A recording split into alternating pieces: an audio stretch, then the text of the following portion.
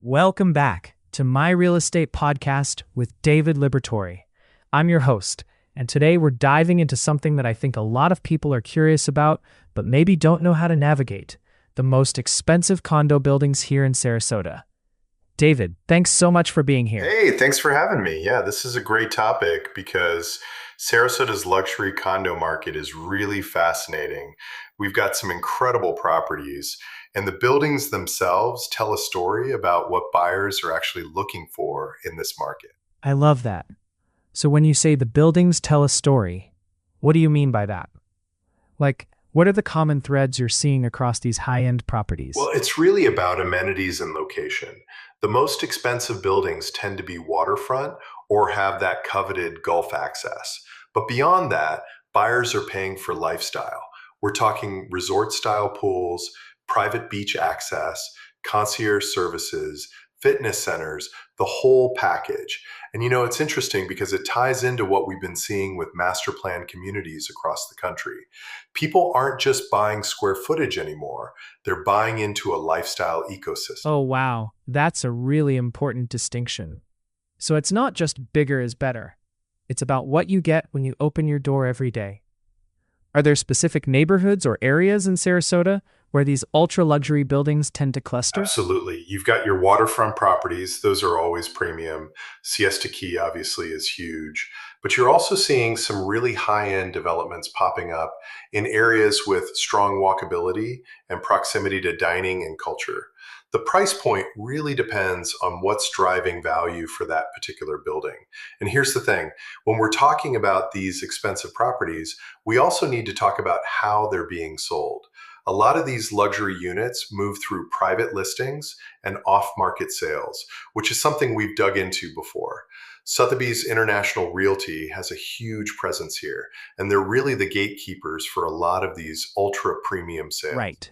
So there's a whole different playbook for selling these high-end units compared to, say, a standard residential property. That's fascinating. When someone's looking at one of these buildings, what should they actually be evaluating? Like, beyond just the price tag? Great question. First, you've got to understand the HOA structure and what's included. Some of these buildings have really robust reserve funds, and that matters. You also want to look at financing rules, and this has gotten more complicated lately with new condo financing requirements. We actually put together a whole guide on this because it affects sellers directly. If a building doesn't meet certain lending criteria, it can tank your buyer pool, which tanks your price. So that's crucial due diligence. Oh man, yeah. I remember we talked about that. The financing piece is such a hidden gotcha for sellers. So if someone's sitting on a unit in one of these expensive buildings and they want to sell, what's the real strategy there? You need to know your building's financials inside and out. You need to know whether it meets current lending standards. And honestly, at that price point, you're probably looking at a mix of cash buyers and finance buyers. Some people are going to pay all cash, some aren't.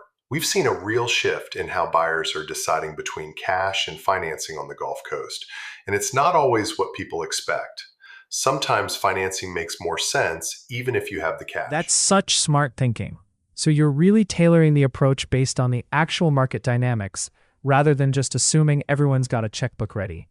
When it comes to pricing these units, because that's what everyone wants to know, what actually drives the value in these buildings? It's a combination of things. Location, obviously, the building's reputation and amenities, but also, and this is huge, the actual unit itself, floor level, views, finishes, layout. And then there's the macro stuff. What's happening in Sarasota's real estate market overall? Interest rates, inventory levels.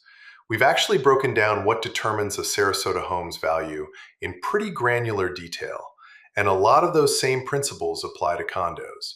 It's not just this building sold for X, so yours is worth Y.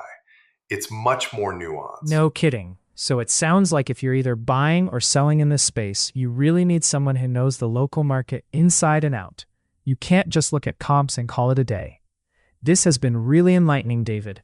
Before we wrap, is there anything about the luxury condo market in Sarasota that you think people get wrong? I think people assume that luxury is just about price, but really it's about value.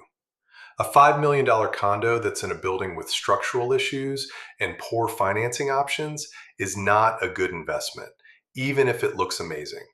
And conversely, a $2 million unit in a well run building with strong amenities and good financing might be the smarter play.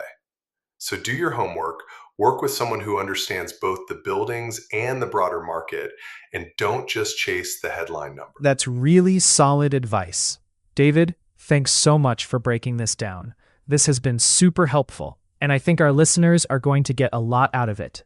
If people want to learn more or get in touch with you, where should they go? Thanks for having me. They can always reach out through the usual channels, and we've got a bunch of resources on the site, everything from guides on condo financing to breakdowns of what's actually moving the market in Sarasota. Happy to help anyone who's thinking about buying or selling. Perfect. Well, that's a wrap. Thanks again, David. And thanks to everyone listening to my real estate podcast with David Liberatore. We'll catch you next time.